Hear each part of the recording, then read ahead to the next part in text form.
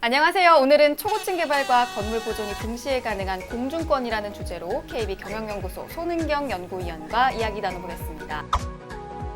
두 분은 이제 처음 뵙는 거죠? 네. 매번 올 때마다 새로운 환경에서 맞습니다. 촬영을 하시는 것 같아요. 처음에는 그래요? 저랑 둘이서만 있었고 네. 그다음에 이제 전에 노유준 MC랑 같이 있었고 오늘 이제 새로 오늘이 아마 가장 분위기가 좋지 않을까. 매번 그 말을 했었죠. 근데 가실 때 표정은 점점 안 좋아지시고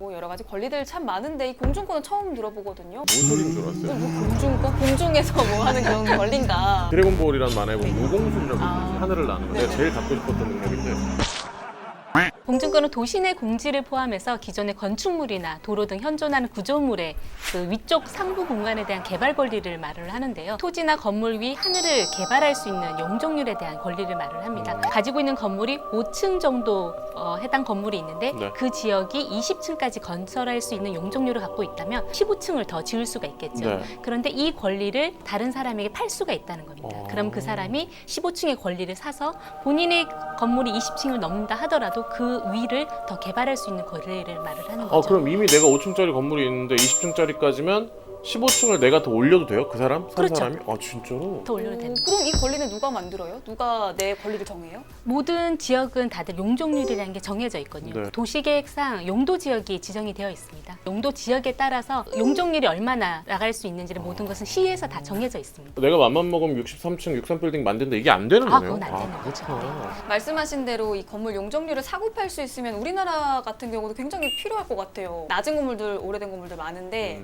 또 사람은 너무 많고 이때 건물을 더 높게 올릴 수 있으면 굉장히 좋을 것 같은데 우리나라 경우는 어떤가요? 안타깝게도 국내 같은 경우는 공천권을 사고 팔 수 없는데요. 일본이나 미국 등 대도시를 중심으로는 이제 공주권 매각이나 이게 사고 파는 게 가능합니다. 뉴욕 같이 뭐 대도시 같은 경우는 건물 상부에 개발 가능한 면적을 인근에 있는 건물이나 지역으로 이전해서 초고층 건물을 지을 수 있지만 네. 국내 같은 경우는 집합 건물의 소유 및 권리에 관한 법률에 따라서 용적률을 다른 건물이나 지역으로 이전할 수는 없는 상황입니다. 우리나라 지금 건물 값이 굉장히 많이 뛰었잖아요. 그쵸. 여기에서 만약에 공중권까지 사고 팔 수 있으면 엄청 더 비싸질 것 같아요. 내가 볼 건물이. 땐 공중권이 매매가 되는 순간 수많은 부자들이 또 생길 수 있을 그러니까요. 또 건물 부자들이 여의도에도 있죠. 그 상가 건물들이 되게 오래돼갖고 낮은 건물들이 많은데 증축하겠다가 아니고 공중권 판다고 해버리면 그거 엄청 비쌀 것 같아요. 그러니까. 근데 그런 점을 또 방지하기 위해서 아마 시 차원에서도 용도 지역으로 다 관리를 하고 있는 그쵸. 상황이고요. 그런 공중권 매각에 대해서도 뭐 뉴욕이나 일본 같은 경우도 시에서 관리를 하고 있습니다. 공중권 매각 자체가 어떤 초고층 건물을 지어서 이익을 창출하기보다는 역사적인 건물이라든지 부지를 보존하기 위해서 활용되는 방법으로 생각하시면 될 것 같습니다. 여의도에 빌딩 하나 사야겠다. 일단 어떻게 될지 모르니까 일단 뭐 자금부터 인출 좀 해봐. 얼마 인출 시키시려고요? 3천?